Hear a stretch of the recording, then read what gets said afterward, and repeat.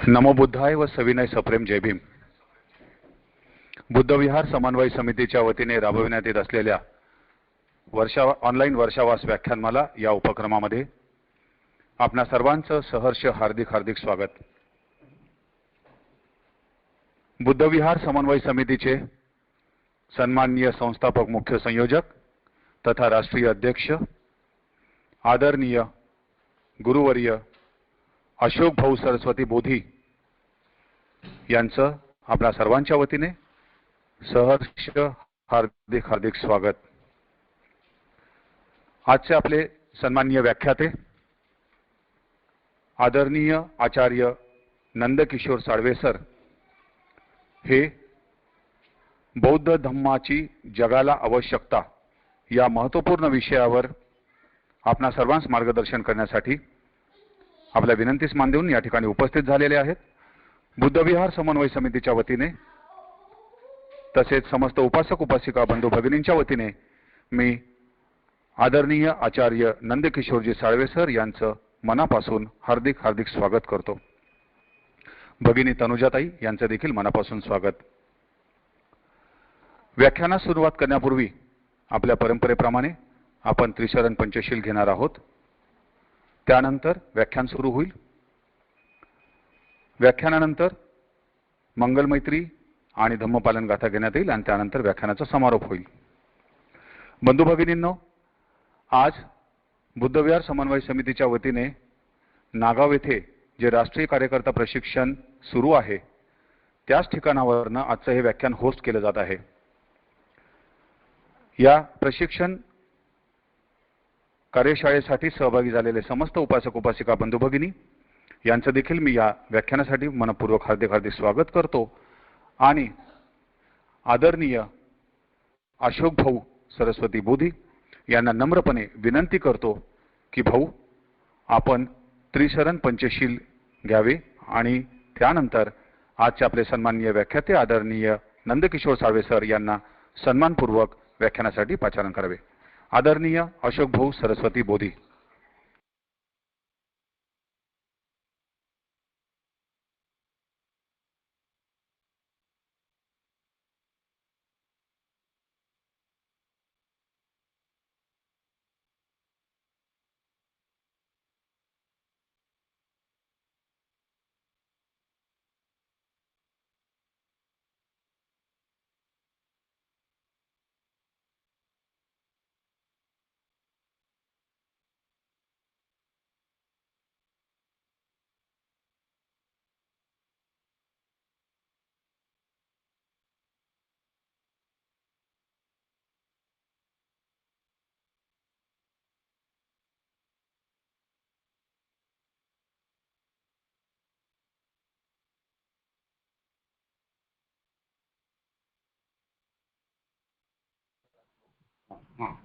Okay.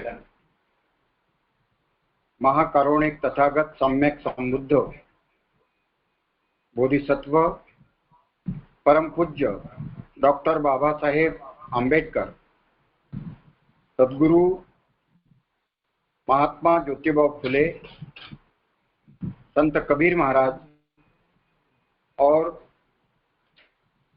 Gadge Baba, इन महापुरुषों को आप सभी के तरफ से मैं विनम्र अभिवादन करता हूँ. इस धरती पर बुद्ध के उपदेश का विचारों का उपदेश करने के लिए जो बुद्ध पुत्र विचरण करते हैं उन सारे बुद्ध पुत्रों को मैं पहले क्षमा याचना करता हूं और बाद में आप सभी लोगों की तरफ से पंचांग प्रणाम करता हूं. आज के इस वर्षावास व्याख्यान माला में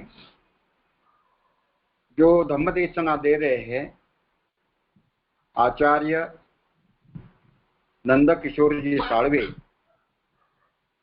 इनको आप सभी की तरफ से मैं वंदन करता हूँ। मेरे से श्रेष्ठ और ज्येष्ठ जो उपासक मुझे सुन रहे हैं, उन सभी को मैं वंदन करता हूँ। और मेरे से जो छोटे हैं और मेरे बराबर के हैं, उनको मैं मैत्रीपूर्ण जय भीम करता हूँ। इस व्याख्यानमाला के संयोजक धम्मधर प्राध्यापक उमेश जी पठारे, बहनों और मेरे भाइयों, आचार्य नंद किशोर जी साळवे, इनको सुनने के पहले हम सब लोग त्रिचरण पंचशील ग्रहण करेंगे। अरहं सम्मा सम्बुद्धो भगवा बुद्धं भगवन्तं अभिवादेमि। स्वाक्षातो भगवता धम्मो धम्मं नमामि। सुपटिपन्नो भगवतो श्रावक संघो संघं नमामि। नमो तस्स भगवतो अरहतो सम्मा सम्बुद्धस्स। नमो तस्स भगवतो अरहतो सम्मा सम्बुद्धस्स। नमो तस्स भगवतो अरहतो सम्मा सम्बुद्धस्स। बुद्धं शरणं गच्छामि, धम्मं शरणं गच्छामि, संघं शरणं गच्छामि। द्वितीयंपि बुद्धं शरणं गच्छामि, द्वितीयंपि धम्मं शरणं गच्छामि, द्वितीयंपि संघं शरणं गच्छामि, तृतीयंपि बुद्धं शरणं गच्छामि, तृतीयंपि धम्मं शरणं गच्छामि, तृतीयंपि संघं शरणं गच्छामि। पाणातिपाता वेरमणि सिक्खापदं समादियामि। अदिन्नादाना वेरमणि सिक्खापदं समादियामि। कामेषु मिच्छाचारा वेरमणि सिक्खापदं समादियामि। मूसावादा वेरमणि सिक्खापदं समादियामि। शूरामेरयमद्यपमादठान वेरमणि सिक्खापदं समादियामि। साधु साधु साधु। इमाय धम्मानुधम्म पटिपट्टिया बुद्धं कुजे। इमाय धम्मानुधम्म पटिपट्टिया धम्मं कुजे। इमाय धम्मानुधम्म पटिपट्टिया संघं कुजे।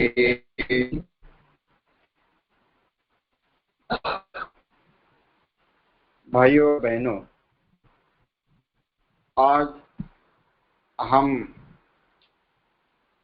रायगढ़ जिले में यानी अलीबाग में नागांव के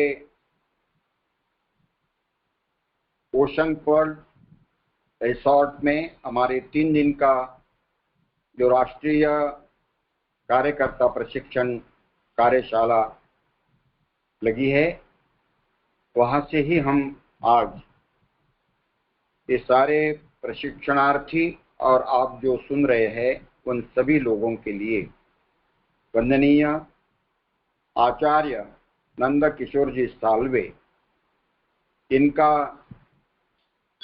जो धम्म प्रवचन है वो धम्म प्रवचन आज हम लोग सुनेंगे। उनका विषय है दुनिया को बुद्ध धम्म की आवश्यकता। मैं आप सभी लोगों की तरफ से दोनों हाथ जोड़कर मैं वंदनीय आचार्य नंद किशोर जी साल्वे जी को याचना करता हूँ कि आचार्य आप हमें धम्म देशना देकर उपकृत करें।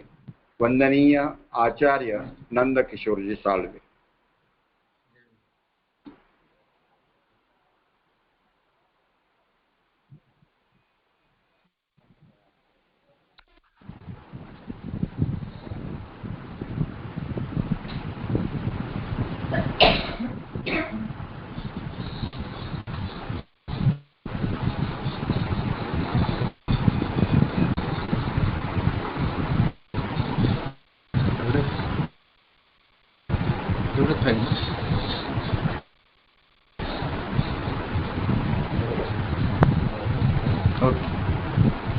चलो ठीक।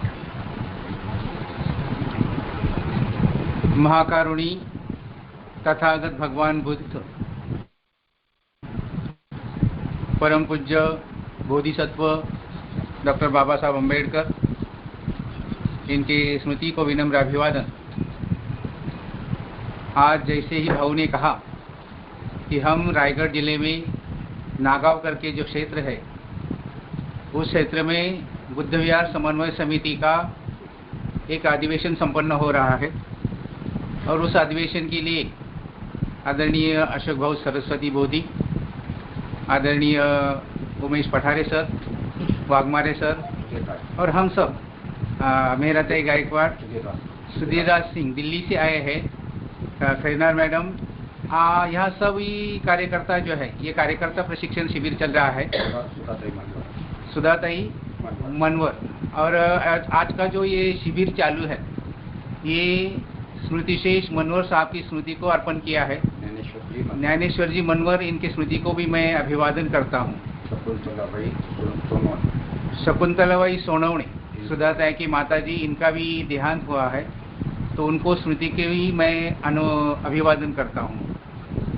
आज का ये जो विषय है, जैसे कि आप सबको मालूम है कि मेरा हमेशा का जो विषय रहा है डॉक्टर बाबा साहब अम्बेडकर की ग्रंथ संपदा हेतु और परिचय, तो उसके बजाय आज हम यहाँ जो शिविर चल रहा है वो शिविर में उपस्थित है, इसलिए विषय को चेंज कर दिया है, बदल दिया है। और आज का जो विषय है ये बुद्ध धम्म की दुनिया को क्या आवश्यकता है, ये शिविर का विषय है जिसका आज लाइव का टेलीकास्ट यहाँ हो रहा है। तो इस विषय को हम शुरुआत करेंगे। तो यहाँ ऑनलाइन उपस्थित सभी भाई और बहनें और उसके साथ ये शिविर में जो सहभागी हुए हैं वो सभी भगिनी और बंधुजन हो। आज का जो विषय यहाँ शिविर के अंदर चल रहा है वो शिविर के अंदर जो विषय चल रहा है उसके मुताबिक हम कुछ यहाँ आपके लिए जो माहिती दे रहे हैं वो समझना बहुत ज़रूरी है।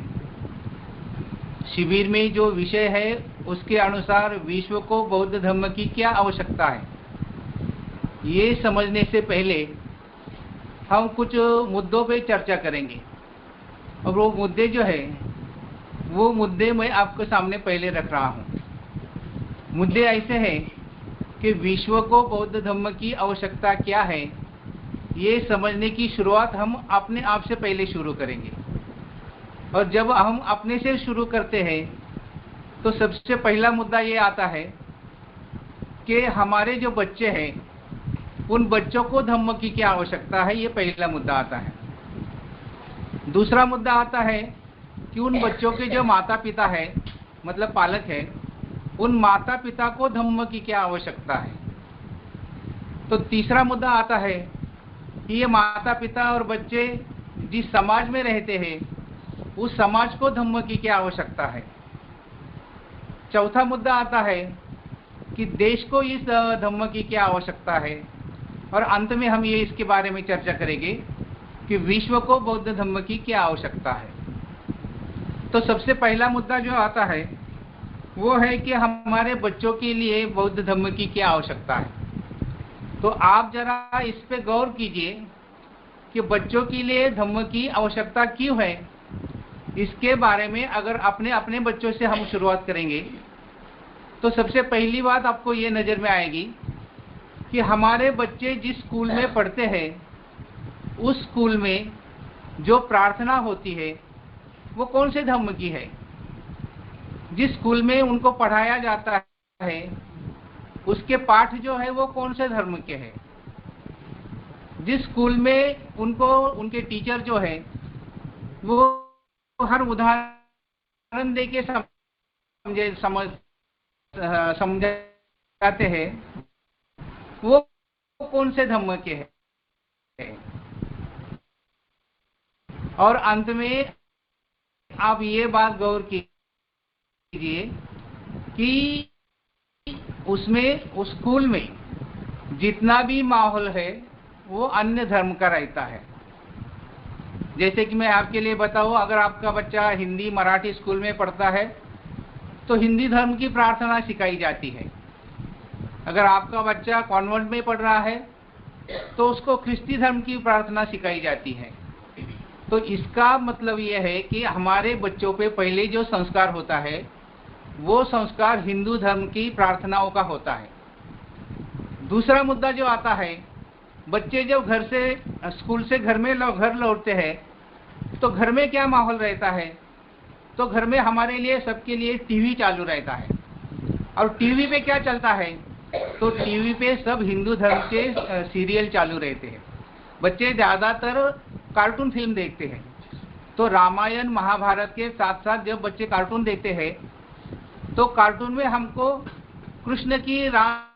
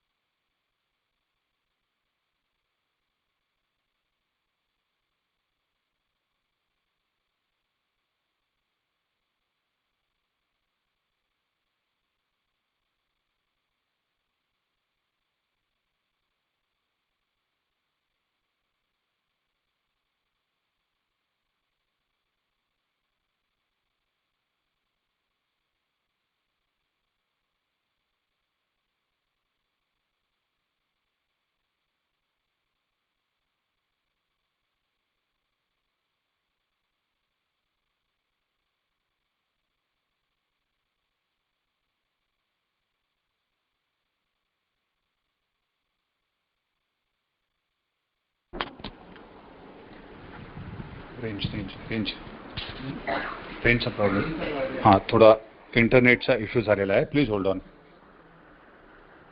साळवे सर पुन्हा कनेक्ट होत आहेत.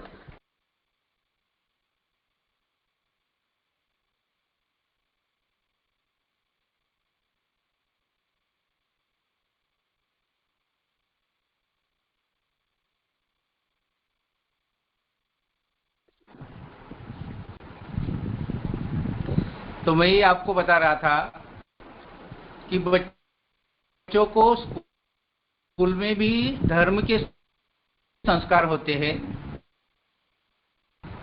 उसके बाद बच्चे जब घर आते हैं तो घर में टीवी देख के उस पे भी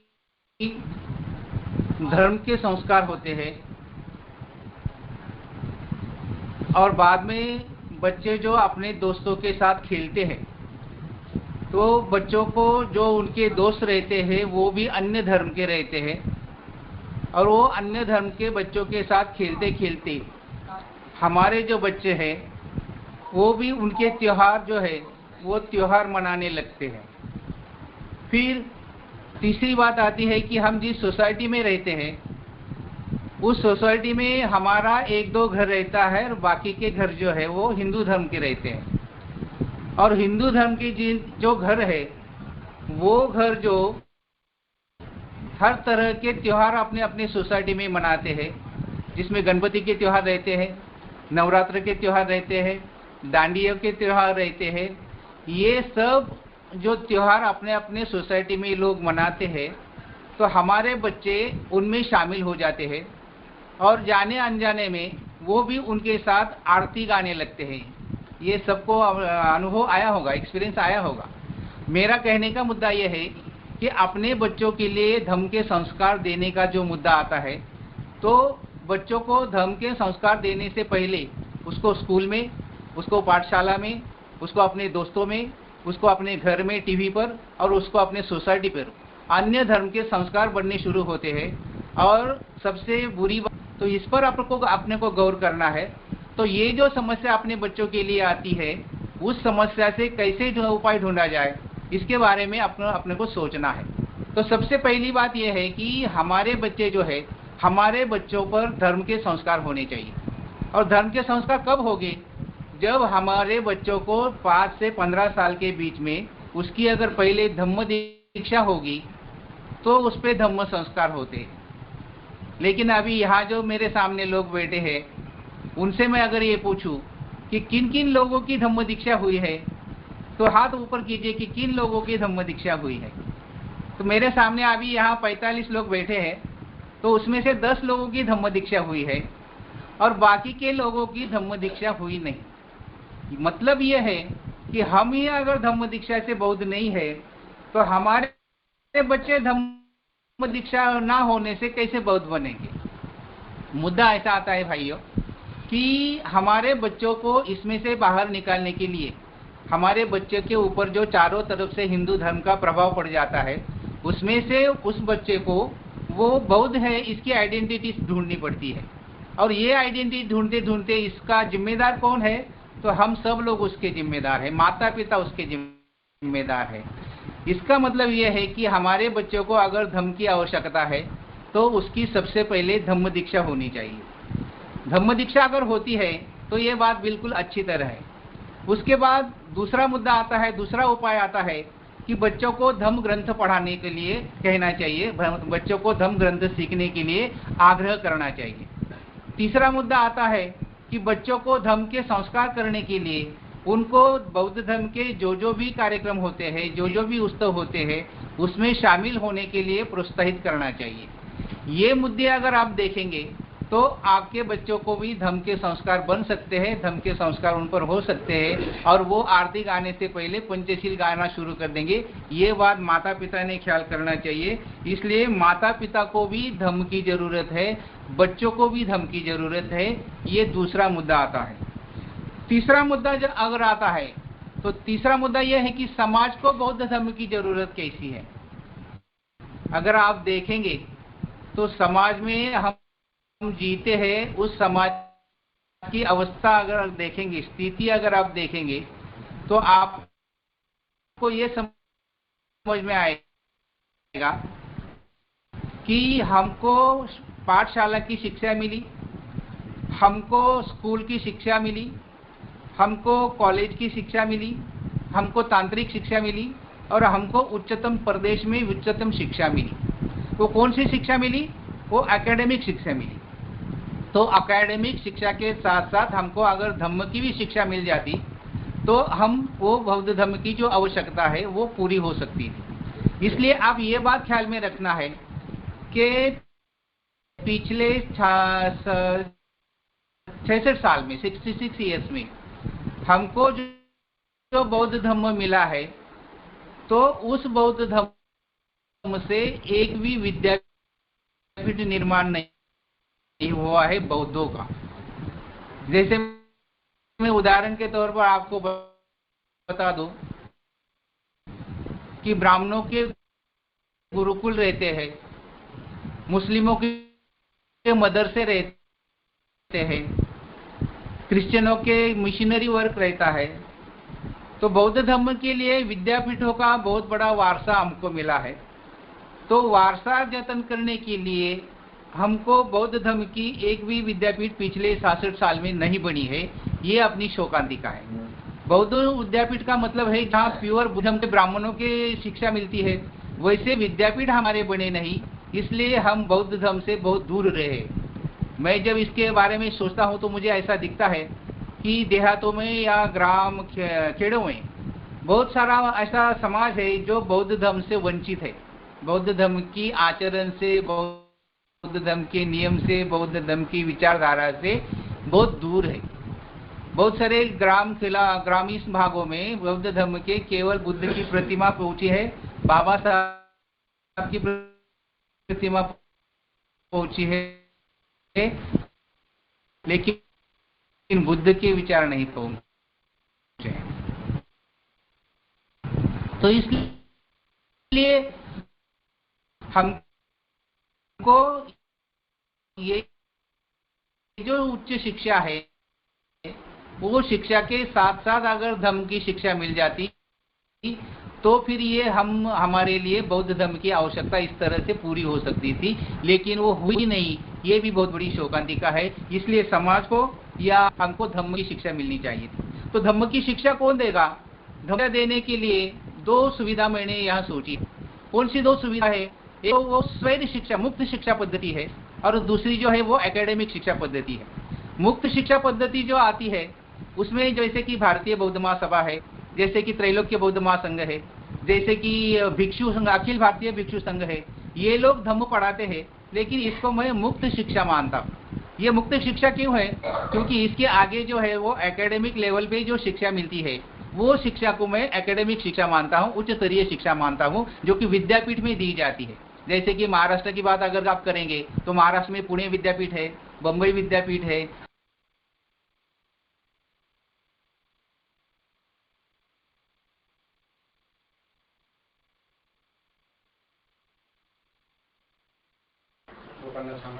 इंटरनेट इश्यू असल्यामुळे सर डिस्कनेक्ट होतात.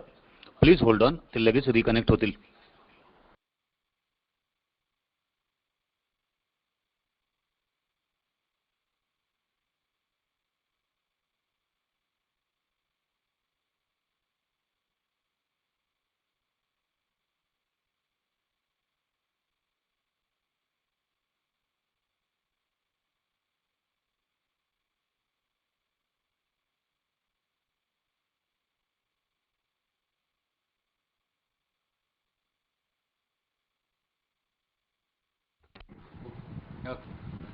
तो मैं आपको ये बता रहा था कि बीच बीच में यहाँ जहाँ हमारा शिविर चालू है वहाँ इंटरनेट का थोड़ा प्रॉब्लम है, तो उसकी वजह से बीच बीच में ये रुकावट आ रही है। तो तीसरा मुद्दा मैं आपके साथ डिस्कस कर रहा था कि समाज को बौद्ध धर्म की आवश्यकता क्यों है। और समाज को बौद्ध धर्म की आवश्यकता इसलिए है कि समाज को बुद्धिज्म का शिक्षा जो है वो मिली नहीं। एकेडमिक शिक्षा के साथ साथ बुद्धिज्म की शिक्षा अगर मिल जाती तो वो ठीक था।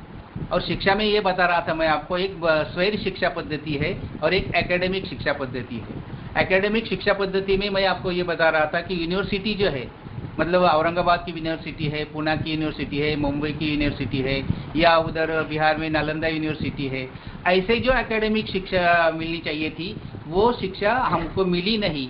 इसलिए स्वैर शिक्षा मिलने की वजह से हमारी जो धार्मिक प्रगति होना चाहिए थी वो हुई नहीं। ऐसा मेरा एक मुद्दा यहाँ मैं आपके सामने रख रहा हूँ। और ये बात जब हम डिस्कस करते हैं, मतलब मैं बहुत सारे मराठी में उदाहरण के तौर पे समझाता हूँ कि इसकी वजह से हमारी जो मानसिकता है वो द्विधा मानसिकता है, दुविधा मानसिकता है। दुविधा मानसिकता इसलिए है कि देहातों में अगर देखा जाए तो हमारे बौद्ध समाज के जितने भी लोग हैं वो सब दोनों ही धर्म का आचरण करते हैं, मतलब हिंदू धर्म का भी आचरण करते हैं और बुद्धिज्म का भी आचरण करते हैं। तो ऐसा क्यों होता है? वो होने का कारण ही यही महत्व का है कि उच्च स्तरीय शिक्षा के साथ साथ हमको धर्म की शिक्षा पूरी तरह से मिली नहीं, इसलिए धर्म की समाज को भी आवश्यकता है। उदाहरण के तौर पर मैं आपको समझा दूं कि मेरे सामने एक घटना घटी है। हम जहाँ रहते हैं नासिक में, वहाँ एक घटना घटी। 2 भाई थे और 2 भाई में से एक भाई ने मिसाल के तौर पर 1956 में बौद्ध धर्म की दीक्षा ग्रहण की और एक भाई ने ख्रिस्ती धर्म की दीक्षा ग्रहण की। 2 ही भाई थे, 2 ही महार समाज के थे और एक भाई ने बौद्ध धर्म की शिक्षा ग्रहण की और एक भाई ने ख्रिस्ती धर्म की दीक्षा ग्रहण की। अब मुद्दा ऐसा आता है, ये मैं आपको इसलिए समझा रहा हूँ कि जो भाई ने ख्रिस्ती धर्म की दीक्षा ली, धर्मांतर किया, उसके सामने ख्रिस्ती धर्म वालों ने एक पादरी खड़ा कर दिया धर्मोपदेशक के स्वरूप में। उसको धर्म समझाने वाला एक पादरी खड़ा कर दिया और उसको कहा कि ये तुम्हारा धर्मगुरु है, ये जो कहेगा उसके मुताबिक आपको चलना है। उस महार आदमी को कहा। तो पादरी उसके सामने खड़ा कर दिया। तो पादरी ने देखा कि इसको अभी हमको ख्रिस्ती धर्म सिखाना है, तो उसने उसको ख्रिस्ती धर्म सिखाते सिखाते उसके सामने बाइबल खड़ा कर दिया और कहा कि आज से ये तेरा धर्म ग्रंथ है, तू इसके मुताबिक चलना है। धर्म ग्रंथ और पादरी मिलने के बाद उसको चर्च में लेके गए और चर्च में ले जाने के बाद कहा कि ये आज से तेरा प्रार्थना स्थल है, यहाँ तुमको हर रोज हर संडे को आना है और प्रार्थना करनी है। और पिछले 66 साल में वो महार आदमी ख्रिस्ती धर्म का आचरण करता रहा, बाइबल पढ़ता रहा, उसका जो गुरु था उसके साथ धर्म की चर्चा करता रहा और 66 साल में वो अच्छी तरह से एकदम कट्टर क्रिश्चियन बन गया। जो क्रिश्चियन कट्टर बन गया, ये मैं क्यों कह रहा हूँ कि वो क्रिश्चियन बनने के बाद कौन से भी देव देवता का आचरण उसने सब बंद कर दिया। अभी इसकी तुलना में अगर देखें कि 1956 साल में एक महार आदमी ने बौद्ध धर्म की दीक्षा ली, लेकिन बौद्ध धर्म की दीक्षा 1956 में लेने के बाद उसके सामने कोई धर्म गुरु या भिक्खु करके कोई खड़ा नहीं कर सके हम, क्योंकि एक्चुअली भिक्खु ही कम थे, इसलिए बौद्ध भिक्खु उसके सामने खड़ा नहीं कर सके। उस बौद्ध भिक्खु के सामने धर्म ग्रंथ नहीं था, क्योंकि बाबा साहब अम्बेडकर ने बुद्धानी धम्म लिखा, वो असल में अंग्रेजी में था और जिस समाज को मराठी पढ़ना नहीं आता था वो अंग्रेजी कैसे पढ़ेगा। तो इसलिए हमारे लिए 1956 में बौद्ध धर्म की दीक्षा मिलने के बाद ना भिक्षु मिला और ना ही धर्म ग्रंथ मिला। तो भिक्षु और धर्म ग्रंथ ना मिलने की वजह से हम विहार में भी, हमको विहार भी नहीं मिला, क्योंकि हम विहार में भी जा सकते नहीं और विहारों की भी बहुत सारी कमतरता थी, इसलिए हमको विहार भी नहीं मिला।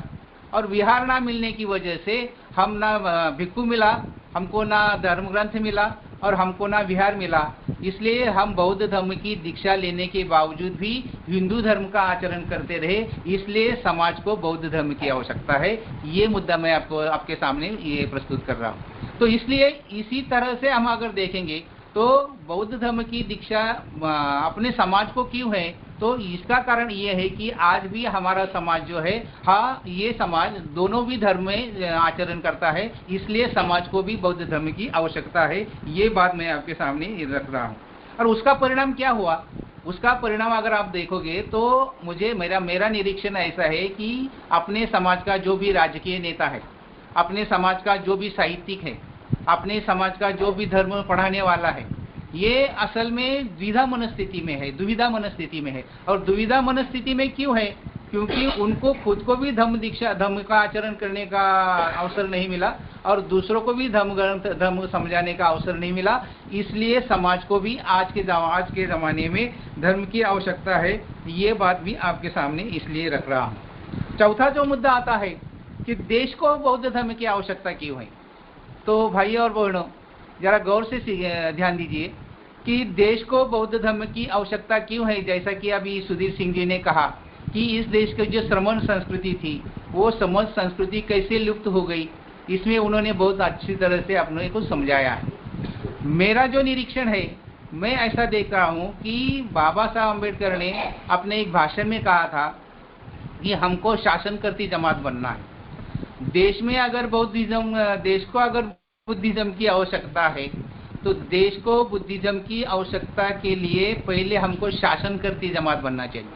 और बाबा साहब ने एनिहिलेशन ऑफ कास्ट इस ग्रंथ में जो लिखा है कि इस देश की या विदेश की जो भी संस्कृति है, जो भी धर्म है, वो धर्म के पहले जो भी राज्य सत्ता है, वो राज्य सत्ता के पहले उसको धर्म का अधिष्ठान मिला है, धर्म का अधिष्ठान मिला है।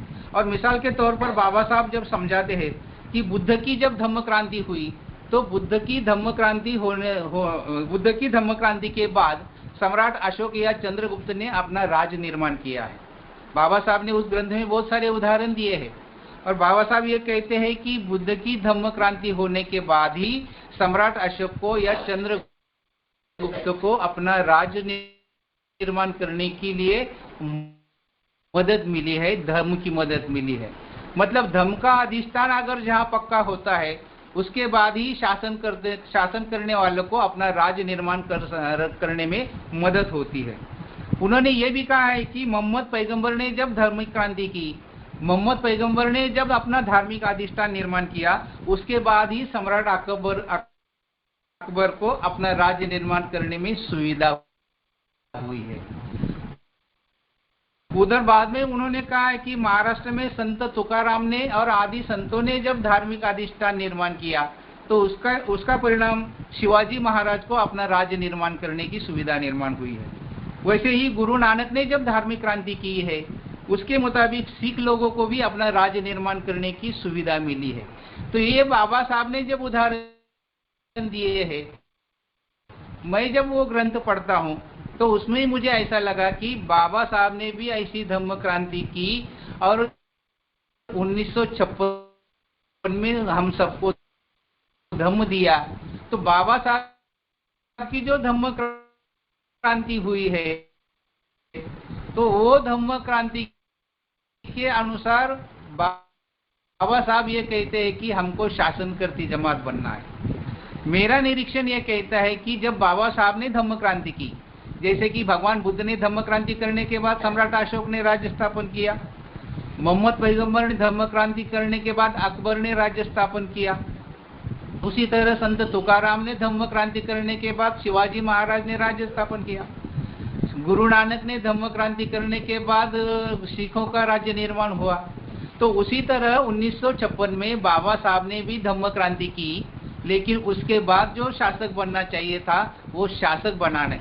बाबा साहब ने ये कहने के बाद भी कि तुम शासन करती जमात बनो, वो शासन करती जमात हम नहीं बन सके, ये हमारे समाज की शोकांतिका है। और वो शासन करती जमात बनने के लिए देश को बौद्ध धर्म की आवश्यकता है, ये बात भी आपने ख्याल में रखनी है। तो ऐसे जो विचार है, ये विचार अगर आप करेंगे तो मुझे ऐसा लगता है कि अगर बौद्धों की शासन व्यवस्था निर्माण करनी चाहिए तो बौद्धों का मुख्यमंत्री बनना चाहिए, बौद्धों का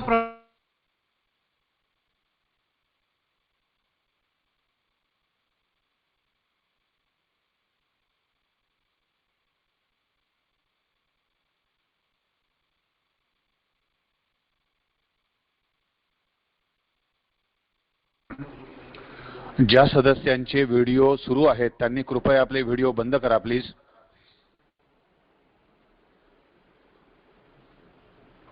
थँक्यू, धन्यवाद।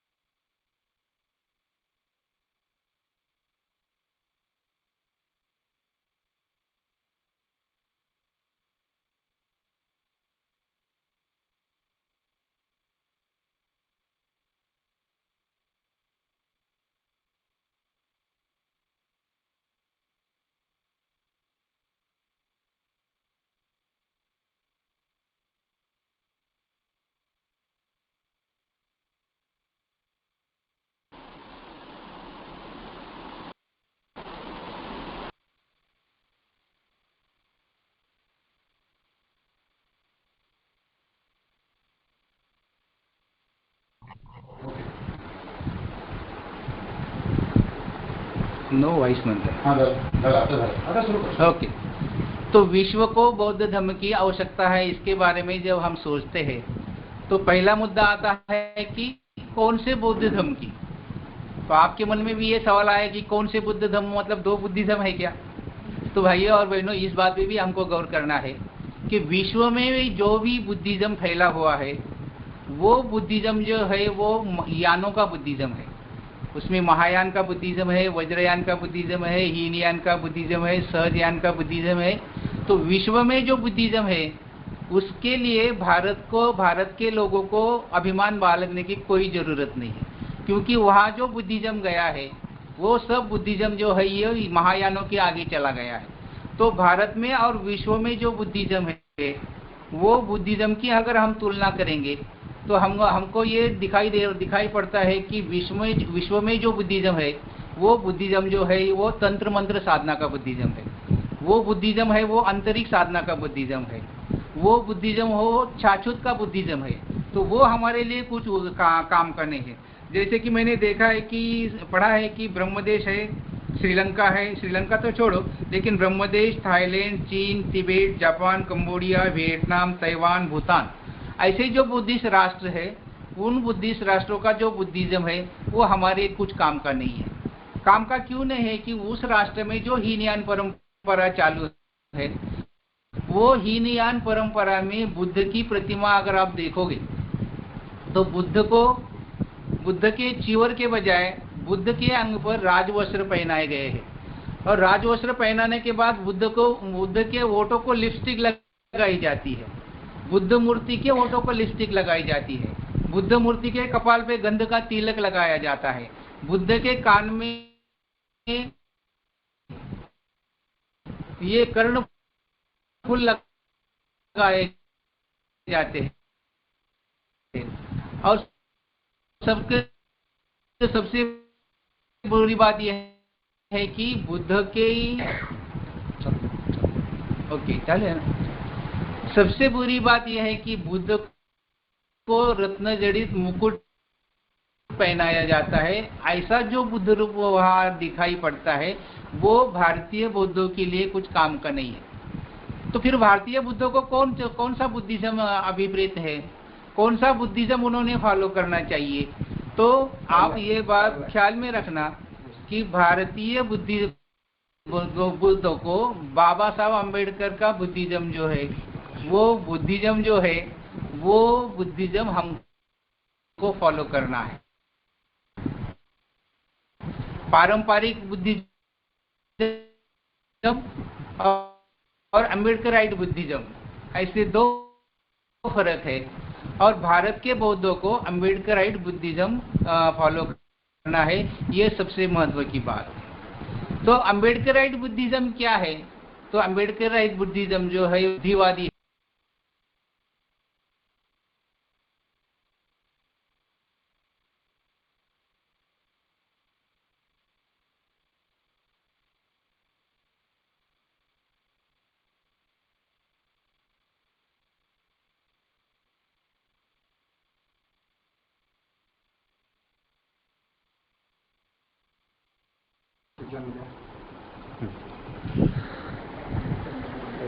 इंटरनेटचा इश्यू आहे, एक मिनिट सर।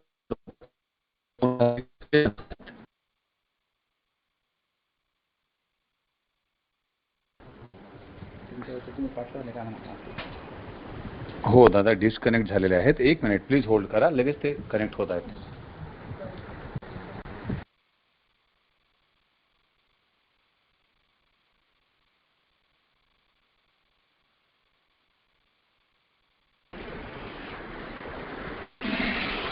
इथे सर्वच ठिकाणी इंटरनेटचा मोठा इश्यू आहे, परंतु त्यातूनही आम्ही ऍडजस्ट करत आहोत, प्लीज होल्ड ऑन।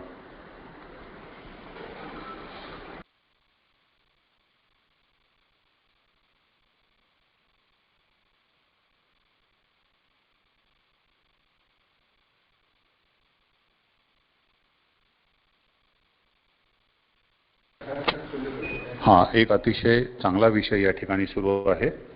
थोडासा इंटरनेटचा जरी इश्यू असला तरी सर आज आपल्या रेग्युलर विषयाव्यतिरिक्त एक चांगला आणि महत्त्वपूर्ण विषय आपल्या समोर मांडत आहेत। हां, ठीक आहे, पुन्हा इंटरनेट रिझ्यूम झालेला आहे. 1 सेकंड. फिर से हम विषय पर आ जाएंगे। आपको ये कह रहा था कि पारंपरिक बुद्धिज्म, ट्रेडिशनल बुद्धिज्म और अम्बेडकराइट बुद्धिज्म, ये दोनों बुद्धिज्म के बारे में हमने सोचना चाहिए। जो ट्रेडिशनल बुद्धिज्म है, वो ट्रेडिशनल बुद्धिज्म अगर आप सोचोगे, मैं तो कभी कभी ऐसा भी कहता हूँ कि आजकल हम मतलब महाराष्ट्र में जितने भी बुद्धिस्ट लोग हैं, वो जो जितना भी बौद्ध का वाङ्मय या बुद्ध साहित्य पढ़ते हैं, वो सभी साहित्य दूषित है। इसलिए वो जो ट्रेडिशनल बुद्धिज्म का प्रभाव उस पे है। तो आप कहोगे कि ट्रेडिशनल बुद्धिज्म कैसा है, तो जिसमें बुद्ध को अवतार माना गया है, ये ट्रेडिशनल बुद्धिज्म है। जिसमें बुद्धिज्म के ग्रह त्याग की जो कारण बताए गए हैं, वो ट्रेडिशनल है। जैसे कि मिसाल के तौर पर अगर आपको बताऊं कि बाबा साहब अम्बेडकर ने कहा था कि भगवान बुद्ध या सिद्धार्थ गौतम ने जो ग्रह त्याग किया है, उसके कारण जो है वो ट्रेडिशनल अलग है और बाबा साहब ने जो बताया है वो अलग है। ये उसके बारे में आप सबको मालूम है कि ट्रेडिशनल बुद्धिज्म में क्या कहा गया है कि सिद्धार्थ गौतम को बूढ़ा आदमी देखा, सिद्धार्थ गौतम में एक प्रेत देखा, सिद्धार्थ गौतम ने एक रोगी देखा और उसके मन में विरक्ति पैदा हो गई और उसने ग्रह त्याग किया। तो पारंपरिक ट्रेडिशनल में यही आता है। तो यही हमने पढ़ा है। इसलिए मैं हमेशा कहता हूँ कि हम जो पढ़ते हैं वो दूषित बुद्धिज्म है। तो इसलिए हमको बाबा साहब अम्बेडकर का बुद्धिज्म पढ़ना है। जो बुद्धिज्म जो है वो तर्क संगत बुद्धिज्म है, विज्ञानवादी बुद्धिज्म है, बुद्धि प्रामाण्यवाद पर आधारित बुद्धिज्म है, उसको हमने पढ़ना है। तो ऐसे अगर कहोगे तो इसके लिए अभी प्रश्न ये बनता है कि जागतिक स्तर पर जब हम विचार करते हैं, सोचते हैं कि भारत देश मतलब देश को और विश्व को बुद्धिज्म की आवश्यकता क्यों है, तो आज की परिस्थिति ऐसी है। मैंने जहां तक पढ़ा है कि मुझे लगता है 1936 साल में भंते अनागारिक धम्मोपाल ने भारतीय बौद्धों का प्रतिनिधित्व जागतिक स्तर पर किया था। उसके बाद डॉक्टर बाबा साहब अम्बेडकर ने 1956 साल में नेपाल में जो काठमांडू में यहाँ बुद्धिस्ट हुई थी, उसमें भारतीय बौद्धों का प्रतिनिधित्व किया था। 1968 में भैया साहब अम्बेडकर जो थे, उन्होंने थाईलैंड की जो जागतिक परिषद हुई थी, उसमें भारतीय बौद्धों का प्रतिनिधित्व किया था। लेकिन आज के अगर 2022 के जमाने में अगर हम सोचेंगे तो आज भारतीय बौद्धों का जागतिक स्तर पर प्रतिनिधित्व करने वाला ऐसा कोई भी भिक्खु नहीं है। जहां तक मेरा स्टडी है, मैं ऐसा देखता हूं कि नागपुर में सुरई ससाई है, वो जापान के है। वहाँ कुशीनारा में भंते ज्ञानेश्वर है, वो ब्रह्मदेश के है। बाद में दलाई लामा। तो भारतीय बौद्धों का ऐसा कोई प्रतिनिधि आज पर स्तर पर अपने देश का प्रतिनिधित्व करे। इसलिए वो जो आवश्यकता है वो आवश्यकता अम्बेडकराइट बुद्धिज्म की है। और वो अम्बेडकराइट बुद्धिज्म सिखा भिक्षु पर देखे तो भाई धम्मपाल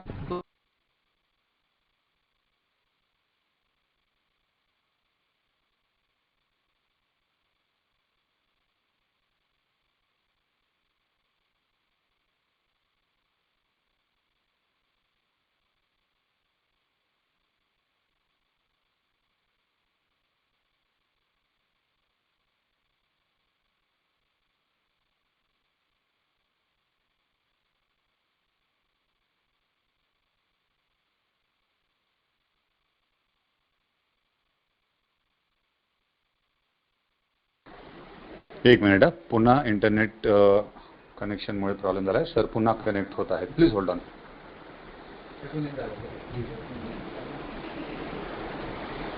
हां. ओके, झालं सर. झालं. कनेक्ट झालेले आहेत.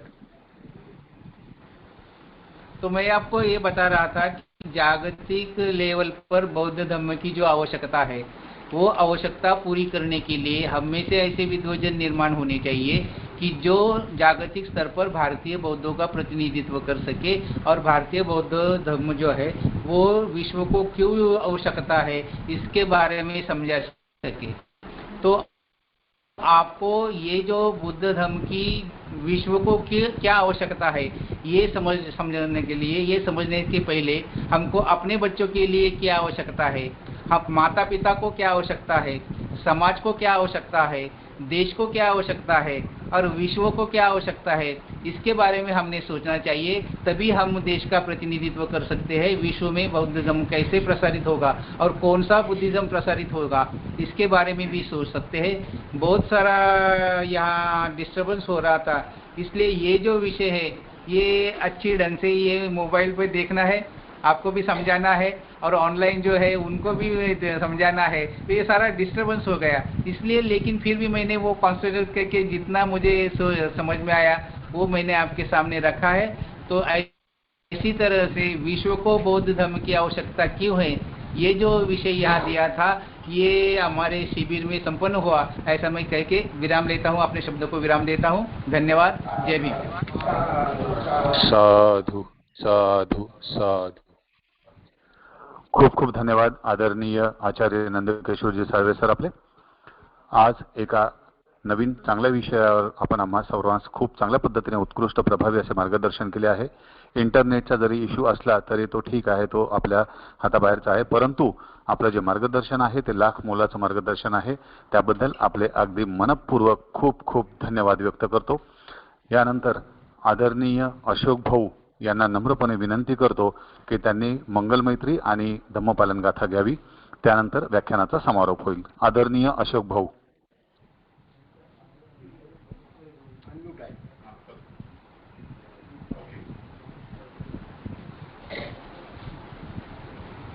मित्रांनो,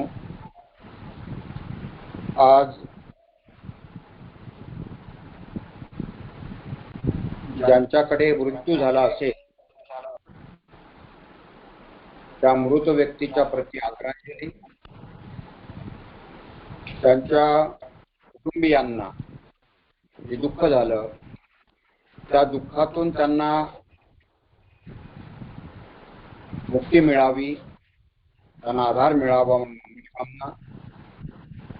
जे आजारी असतील ते सर्व आजारातून लवकर म्हणून त्यांच्या प्रती मंगल कामना. ज्यांना यश मिळालं आहे अशा सगळ्या यशवंतांना त्यांचं अभिनंदन, त्यांच्या प्रती मंगल कामना आणि सर्व प्राणी मात्रांच्या प्रती मंगल कामना करण्याकरता आपण हात जोडावे. सबका मंगल हो, सबका मंगल हो, सबका मंगल हो, सबका मंगल हो. तेरा मंगल मेरा मंगल, तेरा मंगल मेरा मंगल, सबका मंगल हो, सबका मंगल हो. तुझ और तुझ सभी जीवों का मंगल हो रे. जल के और न के प्राणी सुखिया हो, सबका मंगल हो, सबका मंगल हो, सबका मंगल हो. दस दिशाओं के सब प्राणी मंगल ला होय रे निर्भय हो निर्भय ने सब अभी निरामय हो सबका मंगल हो वीर से हम जगत वीर से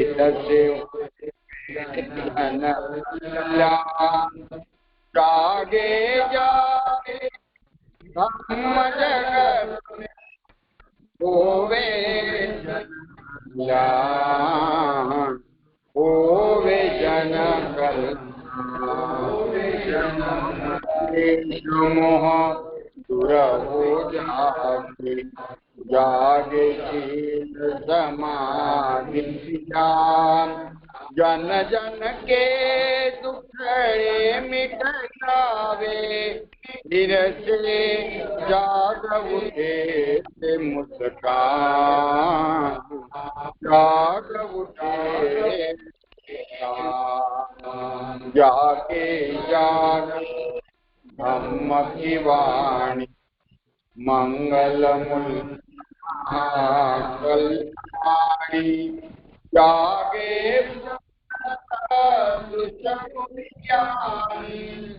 होवे सुखी सब जग के प्राणी सब का मंगल सब का मंगल हो सब का मंगल हो तेरा मंगल तेरा जन जन मंगल हो सब का मंगल हो सब मंगल हो सब का मंगल हो सब पाप कुशल सब सदा शीत परियोत्पन्नं एतं गुरुदान शासनं धम्मं चरितं दुश्चरितं चरे ब्रह्मचारी एति अस्मिन् लोके मधरो यावता भवति योऽहं वानं धम्मं कायेन पश्यति तवेदं मधरो होति यो धम्मं त्वमस्यसि नास्ति ते शरणं मह्यं बुद्धो मे शरणं वर एतेन सत्यवचनेन होतु मे जयमङ्गलम् नास्ति शरणं मह्यं धम्मो मे शरणं वर एतेन सत्यवचनेन होतु मे जयमङ्गलम् नास्ति शरणं मह्यं धम्मो मे शरणं वरम् एतेन सत्यवचनेन होतु मे जयमङ्गलम् साधु इमाय धम्मानुधम्म परिपठ्य भूतं एमि इमाय धम्मानुधम्म परिपठ्य धम्मं एमि इमाय धम्मानुधम्म परिपठ्य संघं एमि सर्वांना पूर्ण जय भीम। उद्या सायंकाळी 7:15 वाजता याच यावरती आपण भेटूया। उद्या दुसऱ्या प्रवचनकारांना ऐकण्यासाठी उद्या भेटू सायंकाळी 7:15 तोपर्यंत जय भीम, नमो बुद्धाय, जय भारत। आजचे व्याख्यान या ठिकाणी संपले असे जाहीर करतो। उद्या 7:15 वाजता नियोजित आनापान साधना तर 7:30 वाजता नियोजित व्याख्यानासाठी आपण भेटणार आहोत। तोपर्यंत सर्वांना पुनश्च नमो बुद्धाय, सविनय सत्यम, जय भीम, धन्यवाद। Okay done.